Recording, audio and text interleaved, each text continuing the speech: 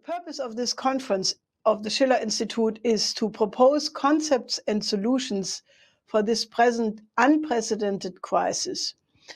We have, like never before, a combination of an out-of-control pandemic, a famine, the greatest economic crisis since the end of World War II, a pending financial collapse, and most deadly, the danger of a new world war. And last, not least, a deep cultural crisis. Because of the enormity of these interconnected crises, there cannot be a solution to each of these problems separately, or just addressing a partial aspect. What is needed is a completely new paradigm, a solution on a higher level than that on which all of these crises erupted.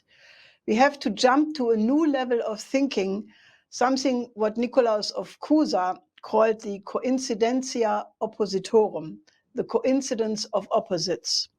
In September 2013, President Xi Jinping announced in Kazakhstan the new Silk Road policy, which would quickly become the largest infrastructure policy in history. The Schiller Institute immediately afterwards published a 360-page report, The New Silk Road Becomes the World Land Bridge, an update of our economic platform since 40 years, how to overcome poverty and underdevelopment in the developing countries. We were extremely excited because there was a great affinity between the policy of Xi Jinping and the life work of my late husband and our movement, who already in 1975 had proposed to replace the IMF with the International Development Bank. The idea to have a real development policy for the developing countries. LaRouche already in 1973 commissioned a biological task force to investigate how the IMF conditionalities, by lowering the living standard of entire generations over a long period of time, would invite the danger of the emergence of old and new diseases like the present pandemic. He developed the OASIS plan in 1975. We worked out a first Africa development plan in 76. We worked on a plan to develop Latin America with Lopez Portillo. In 82, a 40-year development plan to develop India.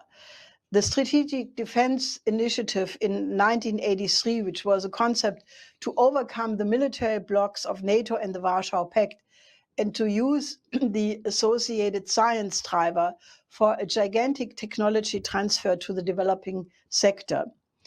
Between the 88 productive triangle Paris, Berlin, Vienna, and in 91 the Eurasian Land Bridge, these were the many versions of the LaRouche recovery program, including his various US presidential campaign programs for the recovery of the United States.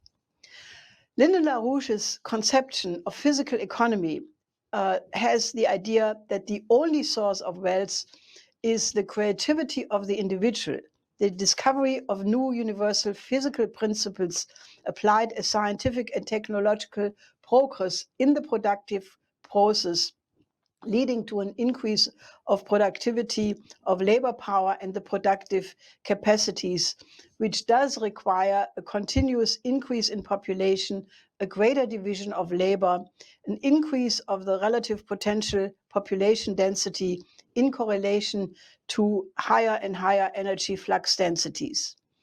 Now, such a conception of the economy obviously pertains to the image of man. It sees mankind as the only so far known creative species in the universe. Human creativity as the most powerful geological force in an anti-entropic developing universe. It is that force which accelerates that development in an anti-entropical way.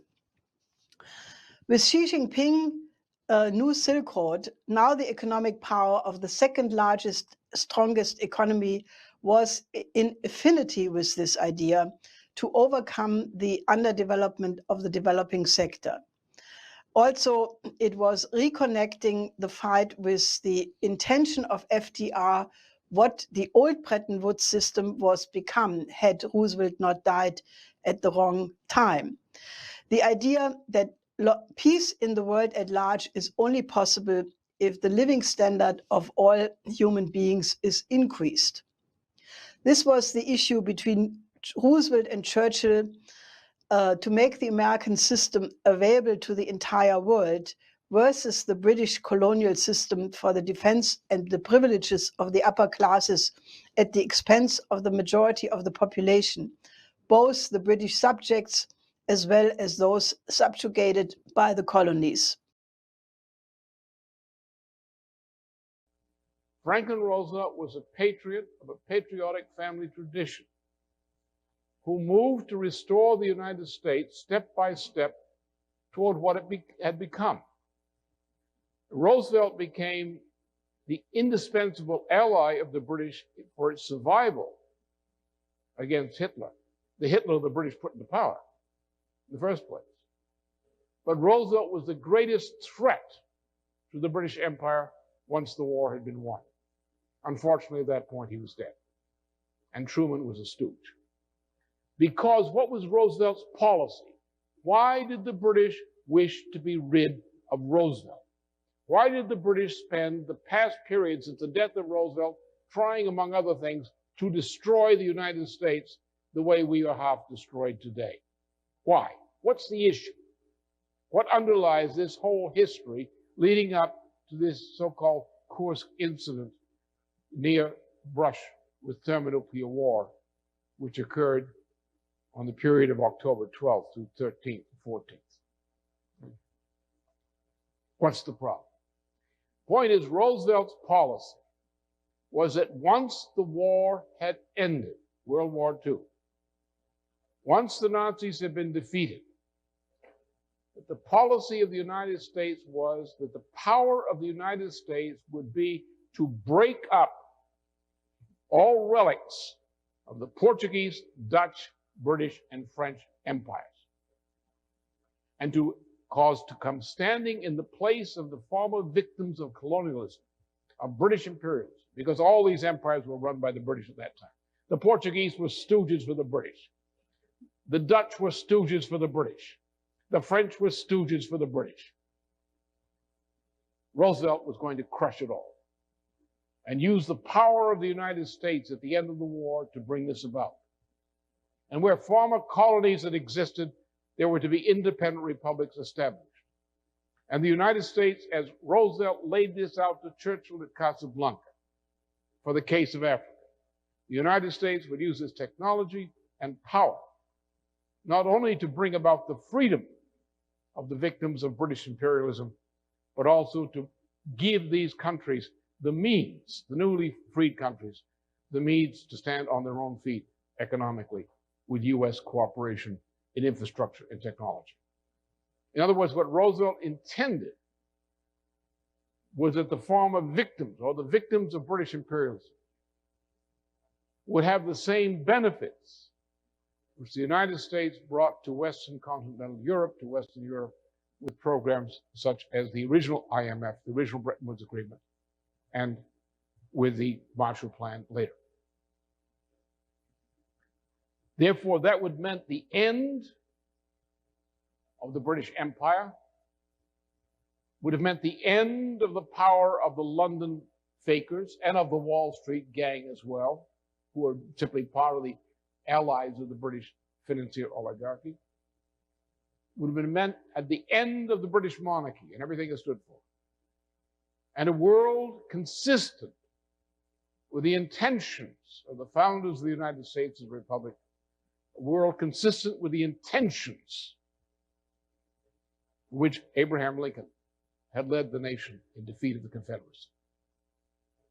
Thus, the first thing to understand, if you're going to make sense of the modern world, of the past 3 centuries of history and longer, you have to understand that the fundamental issue since the Declaration of Independence in 1776, the fundamental strategic issue on this planet There's been two policies.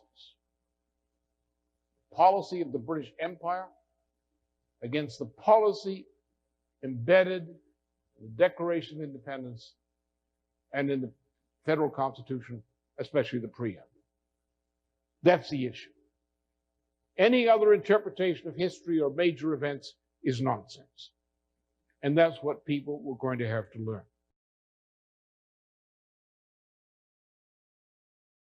But now we are getting to the third stage in this downward spiral of the destruction of arms control, which is, of course, the future of the New START agreement.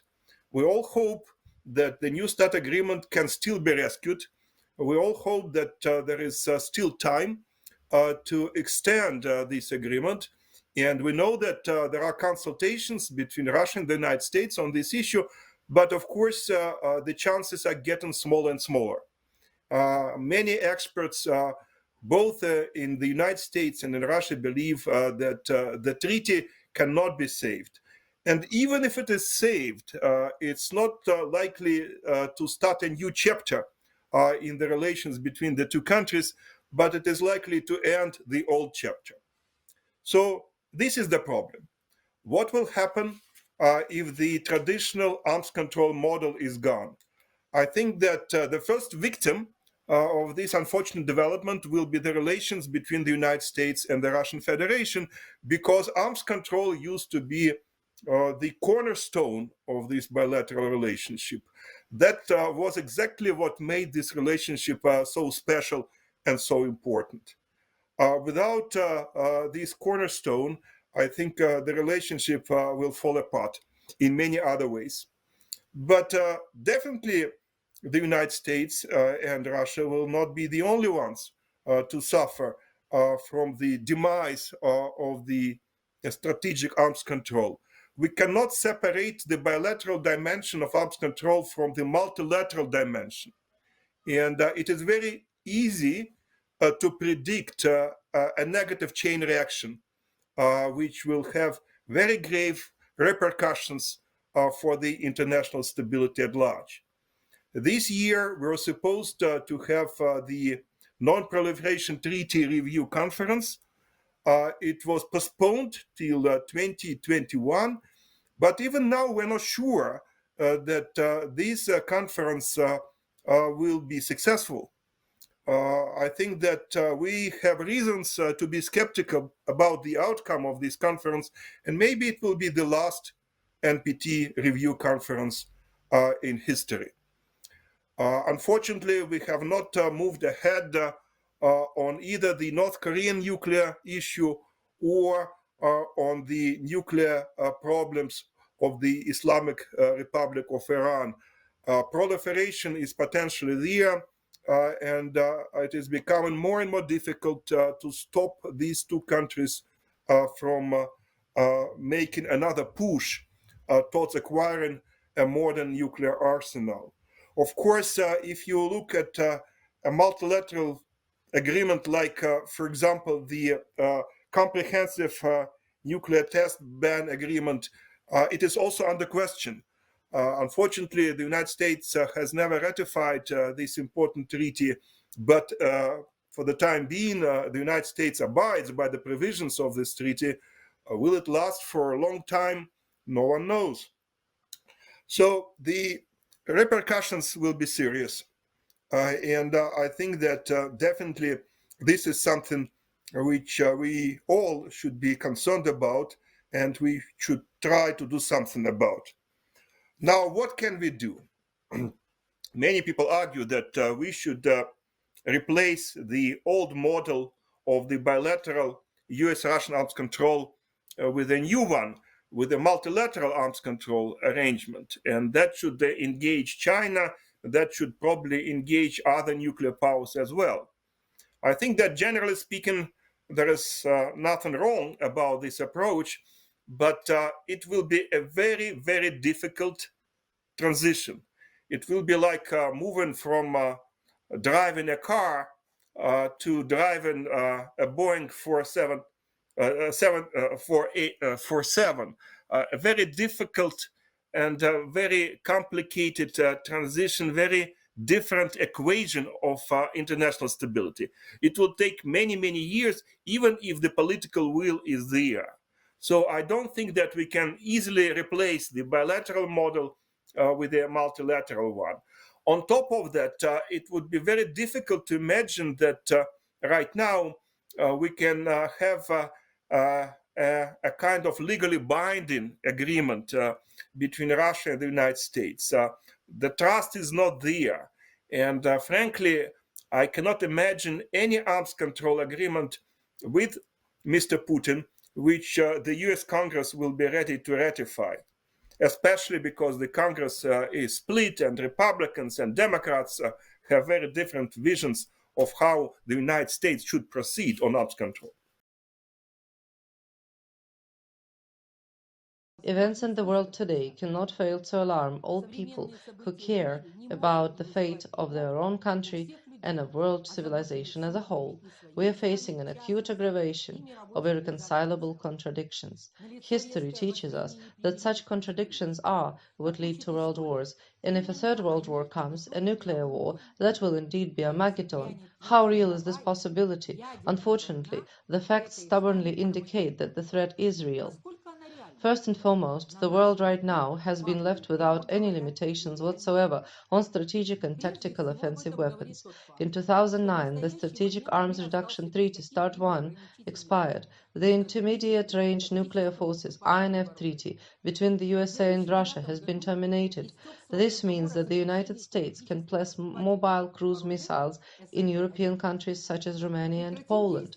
Russia has stated that if these plans are implemented, it will deploy ground-launched cruise missiles of its own, and that not only the launch sites of these US missiles would be destroyed, but also the places where the decisions would have been made to launch missiles against Russia, and this might not be only on European territory.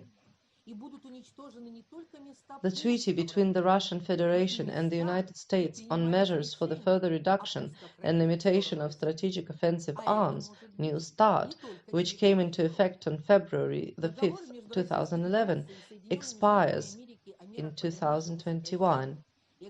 Moscow's call to extend it has met with no positive reaction from the Washington side. That means that in February of next year, the world will enter a new and completely unrestricted phase of the arms race. That constitutes a threat to provoke a third world war.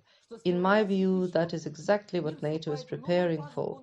The NATO alliance has become a supranational agency which brushes aside the UN Charter and international law, which would be the basis for defending just and peaceful ways of resolving any conflicts.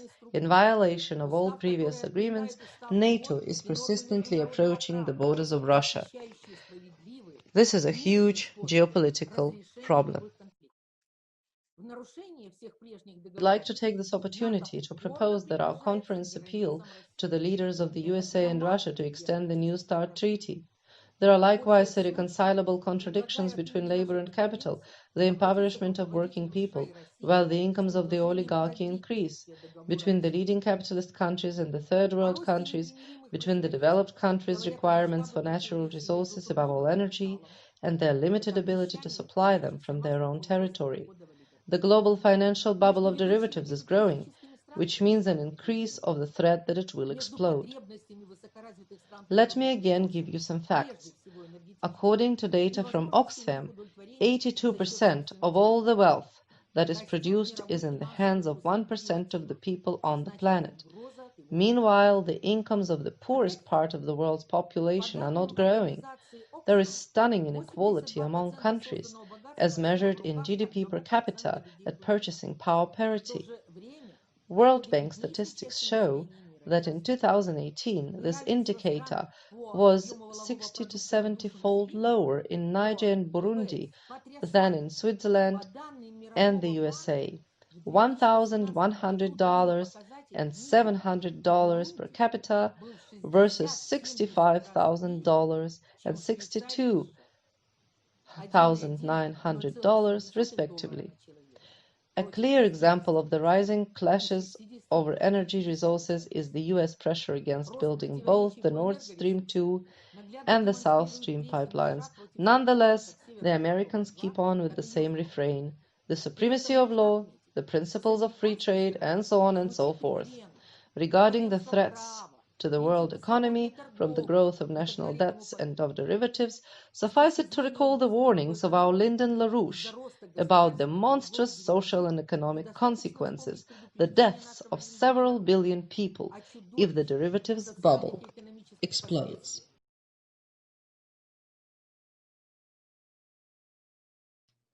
I'm pleased to be with you today.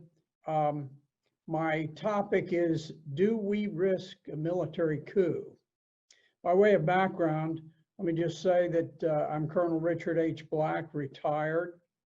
I was a career judge advocate officer and former chief of the Army Criminal Law Division, Office of the Judge Advocate General at the Pentagon. I played a key role in deploying the 7th Infantry Division to quell the 1992 LA riots. Let me give you a little background to start with. The Insurrection Act is among the most fundamental of all federal laws. First enacted in 1807, it has been used repeatedly to carry out government's most elemental responsibility, that of ensuring domestic tranquility. The preamble to the Constitution lists the task of ensuring domestic tranquility among the 5 purposes for which the Constitution of the United States was created. Nothing is more vital than protecting the physical safety of Americans. Military officials are sworn to defend the nation against all enemies, foreign and domestic. On June the 4th, 2020, the prominent publication Foreign Policy published a morning brief entitled "Generals Denounce Trump's Protest Crackdown Plan." The brief critiqued the president's threat to invoke the Insurrection Act and subtly disparaged its relevance as a 2-century-old law. But the law empowering the president to quell unrest using military force has been invoked 22 times since its first use in 1808.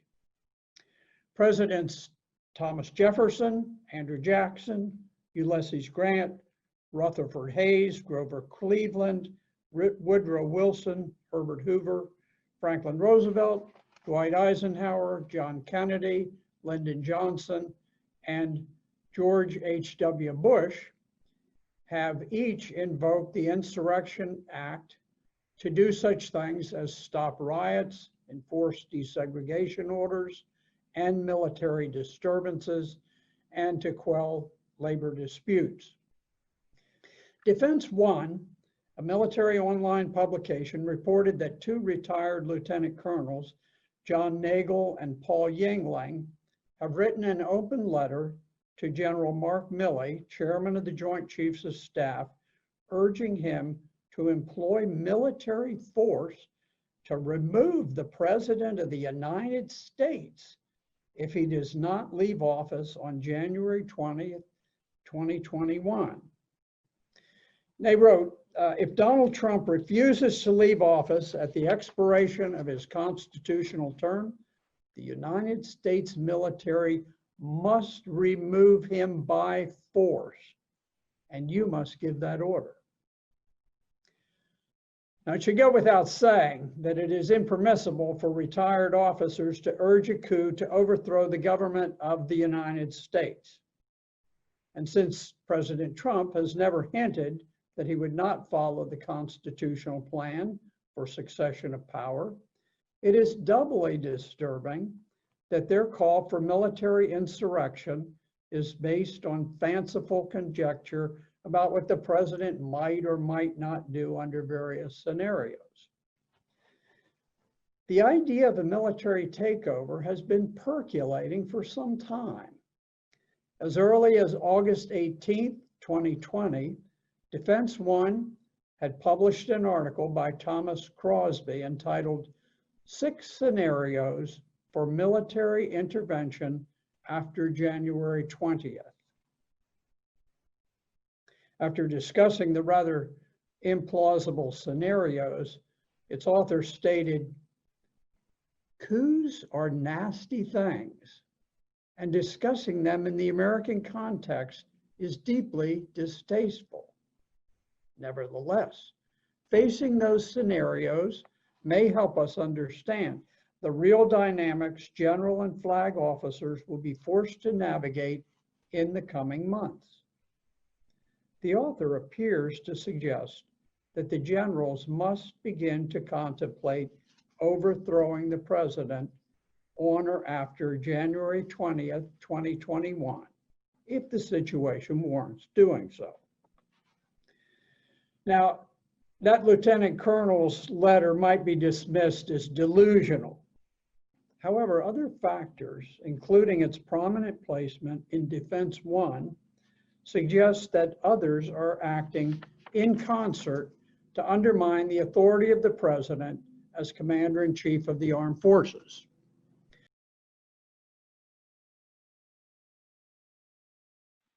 Bill Binney bent my ear and said, why don't you come down to our little research center?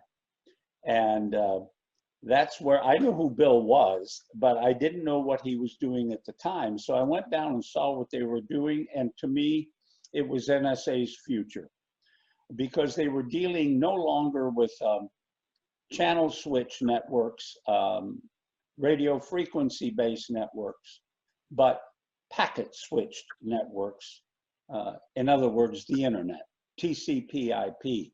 And what did that mean for NSA's future in terms of a source of information, its breadth, what were the implications technologically, and so forth. So my last assignment was working with Bill on that particular vexing problem. I say vexing because the three issues with the internet are velocity of data. It's fast, it runs along a wire, speed of light. The variety of data, a lot of different types of applications and uses, and the volume, huge volume, especially as the internet grew globally. And I'd hate to estimate, but there's probably 60 terabytes generated every minute in terms of global data. So anyway, that was really fun, but our solution that we developed, that a lot of people have heard of, is called Thin Thread, flew in the face of NSA's intentions to get a big budget from Congress and spend big dollars on the military-industrial complex. And it's a problem that we solved for, you know, a few $100,000 or at least no more than $1 million or $2 million. And NSA wanted a $4 billion budget to solve the problem. So our little solution was squashed in favor of big project mode that failed 5 years later under the director's Trailblazer program. At that point, Bill and I and Ed Loomis walked out of the building on October, right after 9/11, because we were heartbroken that our little solution that was very effective and efficient had not been put into the fight against terror. And we saw the result. Am I 100% sure Thin Thread would have prevented 9/11? Yeah, I am. We knew what to target. We knew where the sources were, what we needed to target. And to be honest with you, if you ask Tom Drake, another one of the NSA whistleblowers that came later, he'll tell you that after we left, he found 9/11 information in NSA's database that predicted the event. He also told us that an analyst at NSA, a group, not just one, but a small team, already knew that 9/11 was going to happen and was going to put out a report, but was prevented from doing so by the director of NSA, Michael V. Hayden. I wish I could tell you why. I have lots of guesses, but that's a topic for another day.